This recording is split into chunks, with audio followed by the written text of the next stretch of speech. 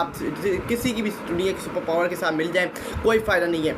उसके बाद अगर हम आगे देखें, this in US defence secretary Pete Hegseth want that US military is ready to go deep and go big to prevent Iran from obtaining a number nuclear bomb if diplomacy does not succeed. ये बात हुई है कि अगर dialogue matter अगर dissolve ना हुआ, Iran के साथ हमारे मामला सेटल नहीं हुए, यूएस के जानिब से ये बयान दिया कि उनके जो सेक्रेटरी हैं पैटी एक्सेट, उन्होंने ये बयान दिया कि अगर ईरान के साथ हमारे ताल्लुकात बहाल नहीं होते, ईरान हमारे साथ बैठता नहीं है, ईरान हमारे साथ डायलॉग बहाल नहीं करता, ईरान हमसे बातचीत नहीं करता, ईरान हमसे बैठ के आराम सुकून से हमारे फैसलों की आमद नहीं करता, तो फिर हम उनका जो न्यूक्लियर पावर है हम बिल्कुल तैयार हैं, हम डीप जाने के लिए बिल्कुल तैयार हैं। Deep and go, we are ready to go deep and go big to prevent Iran from obtaining a nuclear bomb. ये कहा गया है यूएस के सेक्रेटरी पीटर एग्रेट ने कि हम डीप जाने के लिए तैयार हैं, हम ईरान को न्यूक्लियर पावर बॉम्ब बनाने से रोकने के लिए तैयार हैं, हम उनको न्यूक्लियर बॉम्ब नहीं बनाने देंगे। अगर वो हमारे साथ, अगर उन्होंने हमारे मुज़ाकरात के लिए हमारे साथ टेबल के ऊपर नहीं बैठे, तो फिर हम उनके साथ डीप जाने के लिए तैयार हैं, हम उनके साथ जंग करने के लिए तैयार हैं। ये यूएस के सेक्रेटरी पीटर एक्सेट कह रहे हैं। और ये मैंने आपको बात अभी अपने थोड़े टाइम पहले बात ही की है कि ये जंग यहाँ नहीं रुकी, ये जंग जो है ये अपनी लिमिट को क्रॉस करेगी, ये जंग पूरे मुस्लिम उम्मा में फैलेगी, मुसलमानों की कंट्रीज़ के अंदर फैलेगी। इराक, अमेरिका और इसराइल की अब आंखें मुसलमानों के दूसरे ममालिक के ऊपर है। इराक हो गई, ईरान हो गया, सीरिया हो गया, यमन हो गया, इजिप्ट हो गया, सऊदी अरब हो गया, तुर्की वगैरह हो गया, यूएई वगैरह हो गया, ये छोटे ममालिक के ऊपर अब इनकी आंखें, और ये सिर्फ फ़लस्तीन और गज़ा तक मामला नहीं रुकेगा, ये मामला आगे जाएगा और ये अगला इनका निशाना ईरान है।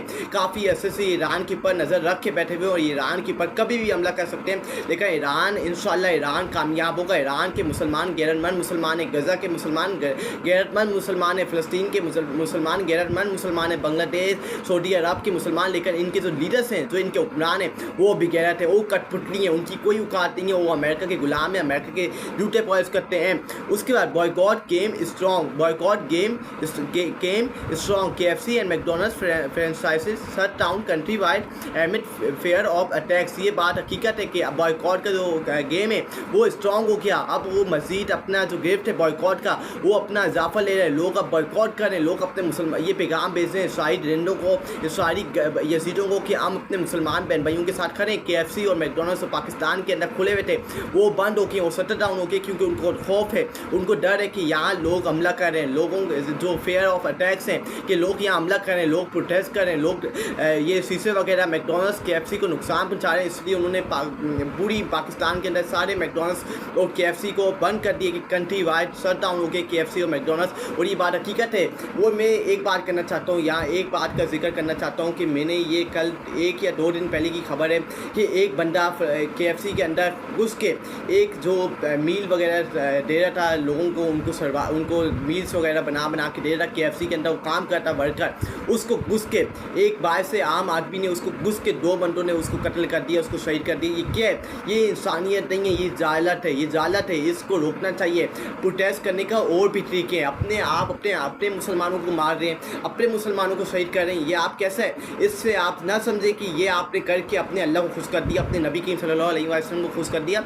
आपने इससे अपने अल्लाह को भी खुश नहीं किया, इससे अपने नबी करीम सल्लल्लाहु अलैहि वसल्लम को भी खुश नहीं किया, क्योंकि ये आपने जालत दिखाई है, ये आपकी जालत है। आप पढ़े लिखे जाहिल हैं। अगर आपके अंदर अक्ल, अगर आपके अंदर जहन होता तो आप ये हरकत नहीं करते। इसका मतलब ये पढ़ा लिखा जाहिल था जिसने ये हरकत की है कि आपने अपनी मुसलमान बहन भाई का कत्ल कर दिया। आप उन्हीं के खिलाफ खड़े हैं, ईसाई रिंडों के खिलाफ, कि हमारे मुसलमानों का कत्लेआम ना करो, और आपने KFC के अंदर घुस के